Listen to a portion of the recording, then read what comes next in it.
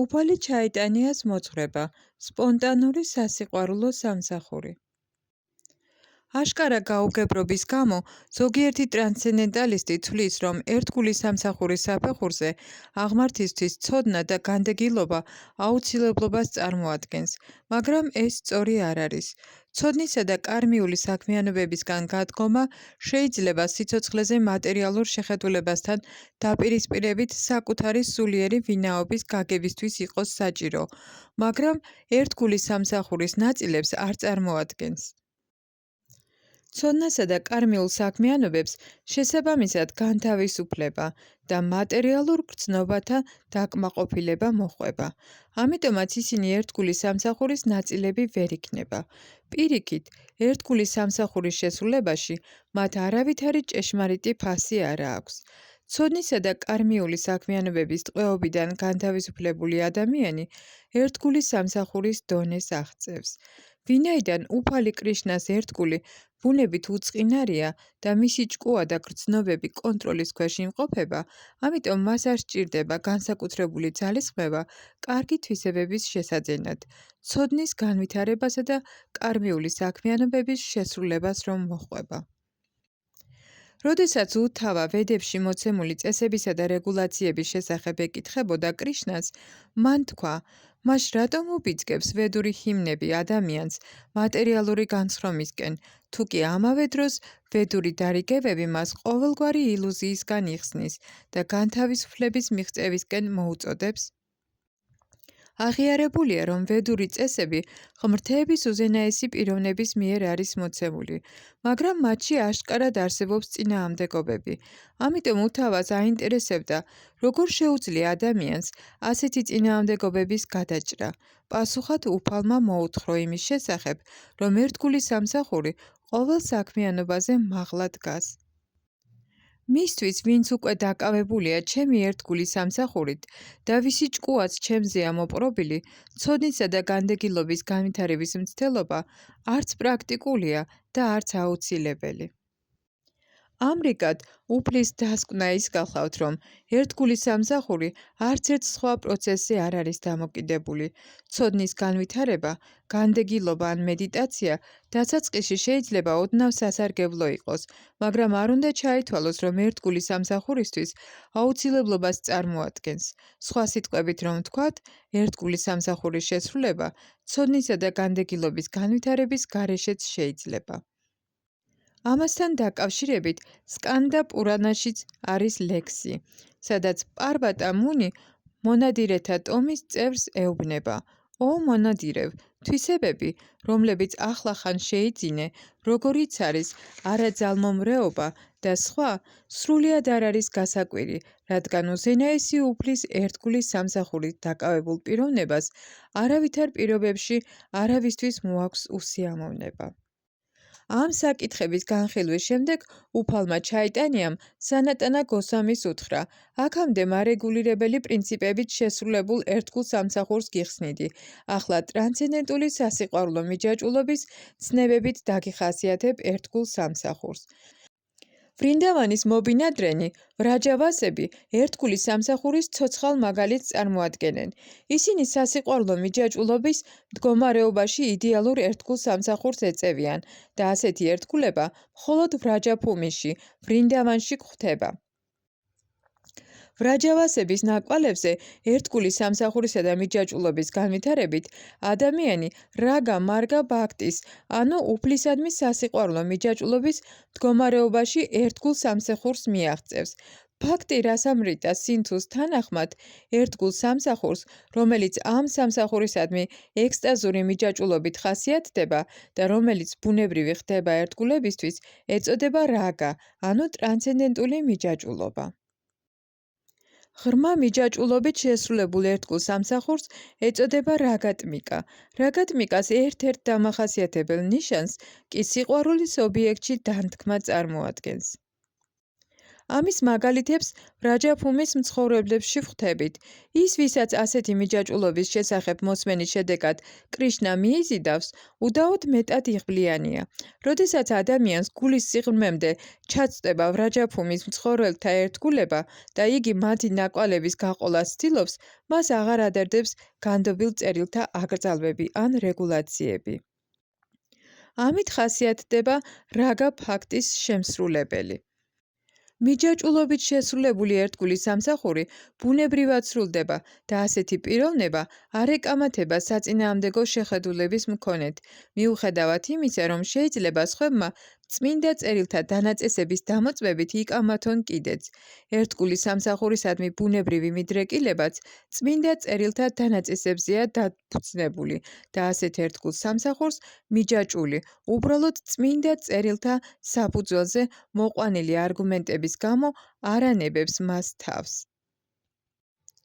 ამ თვალსაზრისით უნდა აღვნიშნოთ, რომ ეგრეთ წოდებულ ერთგულთა კლასის წარმომადგენლები ცნობილი პრაქტასაჰაჯიებად თავიანთ გამოგონილ იდეებს მიჰყვებიან და მოაქვთ რა თავი კრიშნად და რათად გარყვნილებას ეწევიან.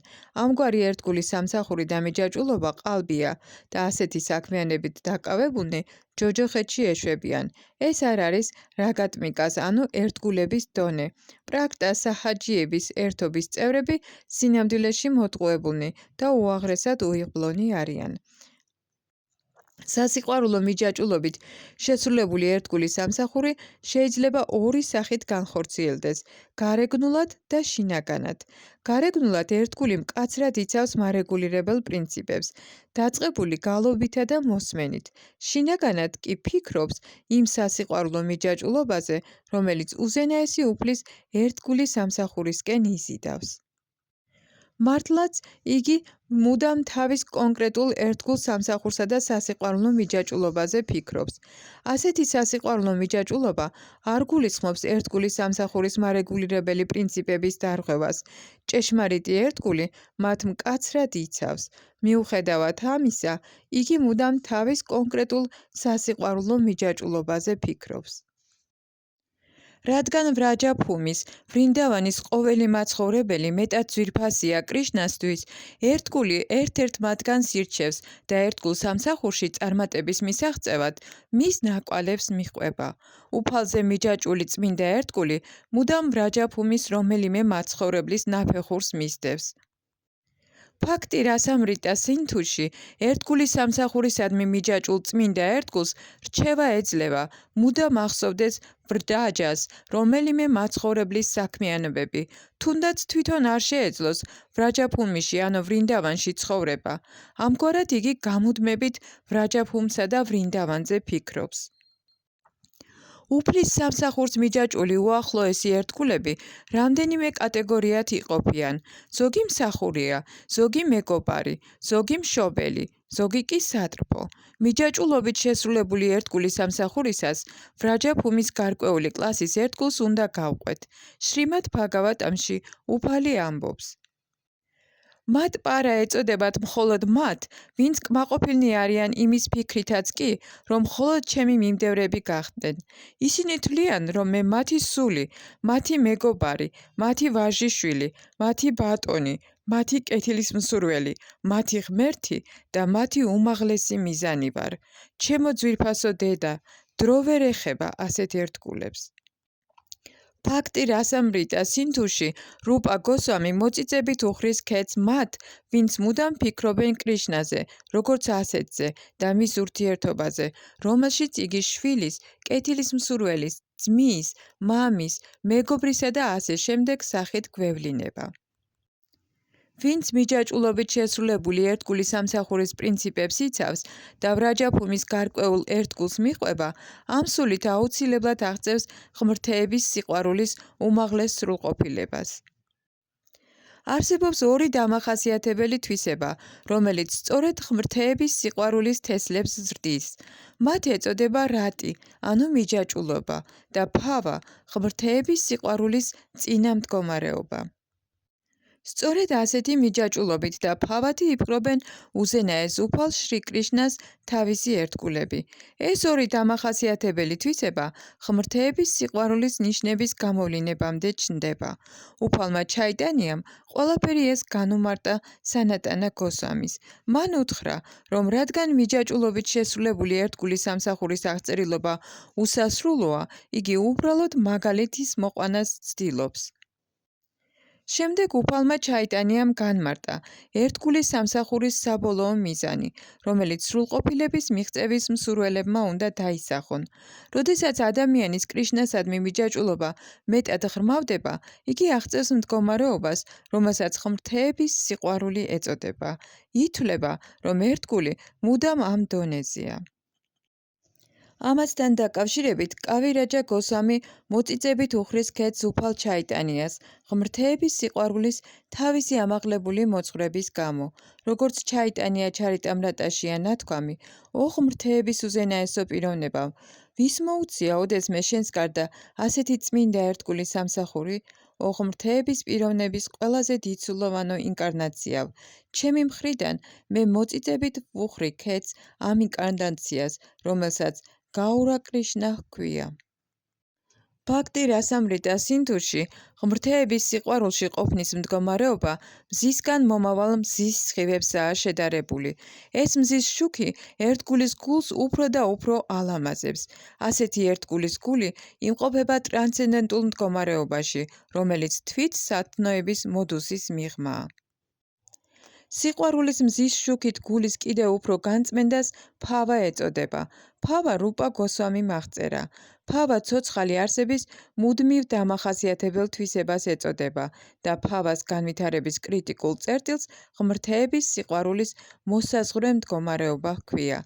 როდესაც ფავა უფრო და უფრო ღრმავდება, სწავლული ერთგულები მას ღმრთეების სიყვარულს უწოდებენ, როგორც ნარადა პანჩარატაშია ნათქვამი. როდესაც ადამიანი მტკიცედაა დარწმუნებული, რომ ვიშნუა სიყვარულისა და თაყვანისცემის ერთადერთი ობიექტი და რომ სხვა არავინაა ერთგულის სამსახურის მიზღვის ღირსი, ნახევარ-ღმერთიც კი, იგი სიახლოვეს გრძნობს თავის სასიყვარულო ურთიერთობაში ღმერთთან, რასაც ადასტურებენ ისეთი პიროვნებები, როგორებიც არიან ბიშმა, პრაჰლადა, უთავა და ნარადა. თუ კი რაიმე სწორი მოქმედების შედეგად, რომელიც ხელს უწყობს ერთგულის სამსახურის განვითარებას, მსახურებისადმი დამოკიდებულება გავლენას ახდენს ადამიანზე და იგი წმინდა ერთგულებთან სასიკეთო ურთიერთობაში აფარებს თავს, მას მოსმენისა და გალობისადმი მიჯაჭვულობა უვითარდება. გალობისა და მოსმენის განვითარებით ადამიანს უზენაესი უფლის მარეგულირებელ ერთგულ სამსახურში შემდგომი წინსვლა შეუძლია. რაც უფრო წინ მიიწევს ადამიანი ამ გზაზე, მეტად უქრება ერთგულის სამსახურის მიმართ ეჭვები და მიჯაჭვულობა მატერიალური სამყაროსადმი. მოსმენასა და გალობაში წინსვლით ერთგული თავის რწმენაში მტკიცდება და თანდათანობით მისი თავდაპირველი რწმენა ისე ვითარდება, რომ მას ერთგული მსახურებისადმი გემოვნება უჩნდება, რომელიც ნელ-ნელა მიჯაჭვულობაში იზრდება. როცა მიჯაჭვულობა იწმინდება, იგი ორ თვისებას, ფავასა და რატის ავლენს. როცა რატი იზრდება, მას ღმრთეების სიყვარული ეწოდება, ხოლო ღმრთეების სიყვარული ადამიანის სიცოცხლის უმაღლესი მიზანია. ეს პროცესი რუპა გოსვამის მოკლედ აქვს გადმოცემული ბhakti rasamrita სინთუში. უმთავრესია რწმენა. რწმენის შედეგად ადამიანს ურთიერთობა აქვს წმინდა ერთგულებთან და ამგვარი ურთიერთობით იგი ერთგულ სამსახურს ივითარებს. ერთგულის სამსახურის გაღრმავებას ეჭვების გაქრობა მოჰყვება.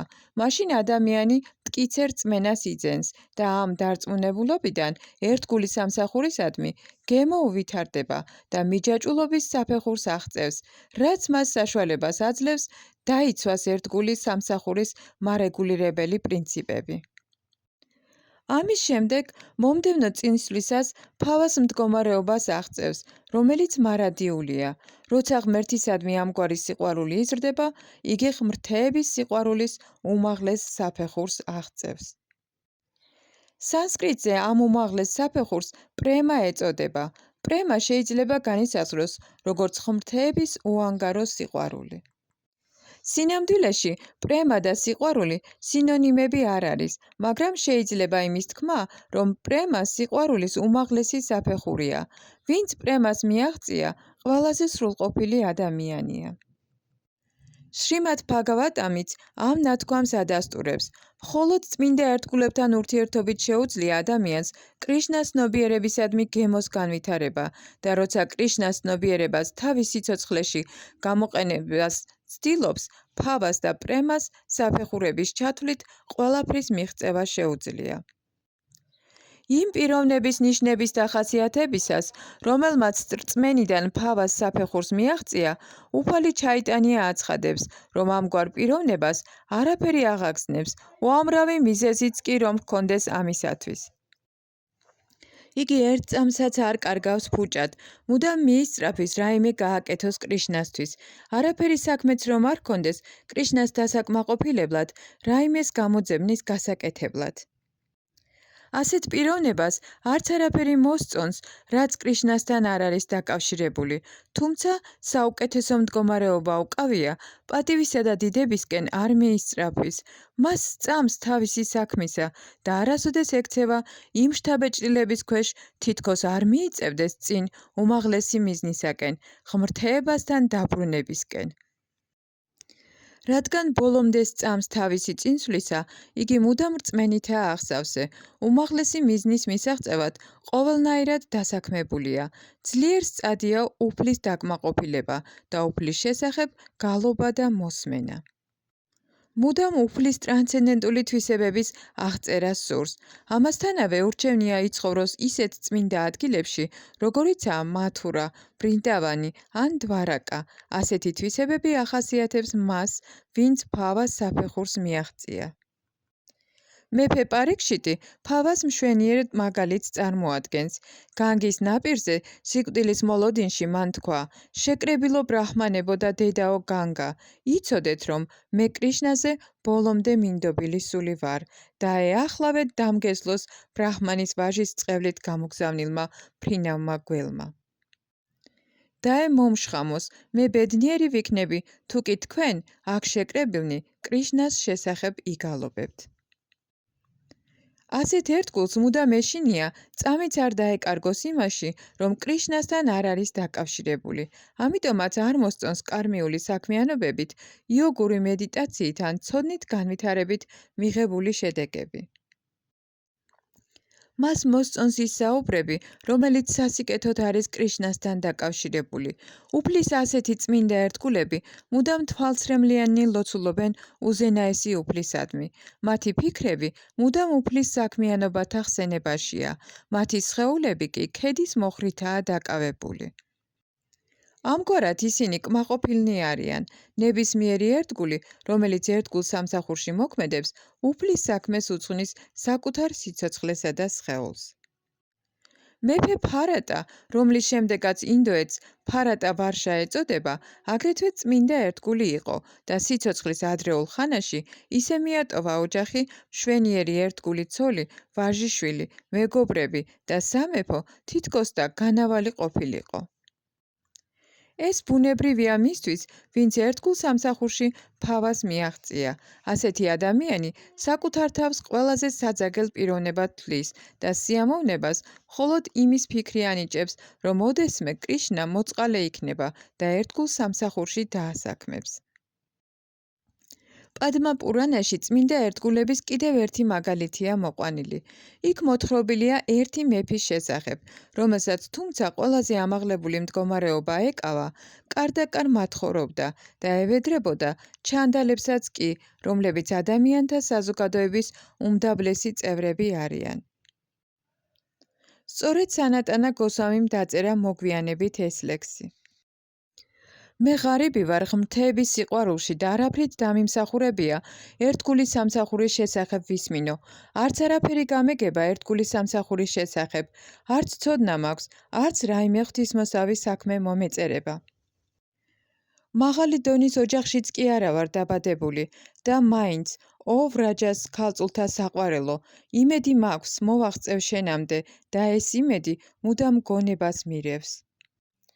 მსგავსი ერთგული, რომელსაც ასეთი ძლიერი სურვილებით აქვს გული შეძრული, მუდამ გალობს ჰარე კრიშნა, კრიშნა კრიშნა, ჰარე ჰარე, ჰარე რამა, რამა რამა, ჰარე ჰარეს.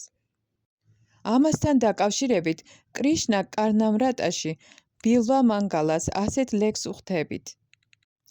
ო კრიშნა, ო საოცარო ფლეიტისტო, შენი ბავშვობის საქმეების მშვენიერება საოცარია ამ სამყაროში. შენ იცი, როგორ ღელავს ჩემი ჭკუა და მე ვიცი, ვინ ხარ შენ. არავინ უწყის, რაოდენ ახლოა ჩვენი ურთიერთობა, თუმცა ჩემს თვალებს მუდამ სწურია შენი და შენი სახის ხილვა. ვერ გხედავ. მითხარი გეთაყვა, რა გზას დავადგე. მსგავს ადგილს ხვდებით ფაქტი რასამრიტა სინთუში, სადაც რუპა გოსვამი ამბობს. ო გოვინდა, ეს ახალგაზრდა გოგო ტკბილი ხმით ტირის შენი დიდების გალობისას. ასეთ წმინდა ერთგულებს მუდამ სწურიათ კრიშნას თვისებების აღწერა და იმ ადგილებში ცხოვრება, სადაც იგი თავის გართობებს ავლენდა. მსგავსი ლექსი კვლავ გვხვდება კრიშნა კარნამრატაშიც. კრიშნას სხეული ისეთი მშვენიერია და მისი სახე ისეთი ლამაზი, მასთან დაკავშირებული ყველაფერი სიტყვოებასა და სურნელს აფქვევს. ფაქტი რასამრიტა სინთუში კი ნათქვამია. ო ლოტოსის თვალებავ, როდის იქნება, რომ მუდამ შენს წმინდა სახელს ვიგალობებ და ამ გალობით შთაგონებული იამუნას ნაპირებზე ვიცეკვებ. იმისთვის, რომ დაეხასიათებინა ერთგული სამსახურის საფეხური ფავა, უფალმა ჩაიტანიამ ეს ლექსები უთხრა სანატანა გოსვამის. შემდეგ უფალი ჩაიტანია კრიშნას ჭეშმარიტი სიყვარულის ნიშნების აღწერაზე გადავიდა. მან უთხრა სანატანა გოსვამის, რომ ვერავინ გაუგებს მას, ვისაც კრიშნას სიყვარული აქვს განვითარებული. ვერავინ გაიგებს მის სიტყვებს, მის მოქმედებებს ან მის ნიშნებს. ყველაზე განსწავლულ ადამიანსაც კი უაღრესად გაუჭირდება წმინდა ერთგულის გაგება, რომელიც უფლის სიყვარულით ცოცხლობს. ეს დადასტურებულია ფაქტი რასამრიტა სინთუშიც. ერთგულის სამსახურით დაკავებულ პიროვნებას გული ოტაკავს უზენაესი უფლის ქება დიდების გალობისას, რადგან უფალი უაღრესად ძვირფასია მისთვის, უფლის სახელის, დიდების და ასე შემდეგ ხოტბის შესხმისას ზოგჯერ ჭკუიდან გადადის და ამ მდგომარეობაში ხან იცინის და ხან ცეკვავს. ასე აგრძელებს იგი და ყურადღებას არ აქცევს გარემომცველ ვითარებას. ღმრთეების სიყვარულის თანდათანობით განვითარების გამო მიჯაჭვულობა, განცდა და ექსტაზი ეზრდება. ასეთი მიჯაჭვულობა, მაჰაბჰავა, ერთგულის სამსახურის სიყვარულის უმაღლეს საფეხურს წარმოადგენს. იგი შეიძლება შაქარ-ყინულს შევადაროთ, რომელიც შაქრის ყველაზე ტკბილი სახე გახლავთ. ღმრთეების სიყვარული შეიძლება თანდათანობით ისე განვითარდეს, რომ ტრანსცენდენტული ნეტარება უფრო და უფრო გაიზრდება, სანამ ჭეშმარიტი ერთგულისათვის უმაღლეს საფეხურს არ მიაღწევს.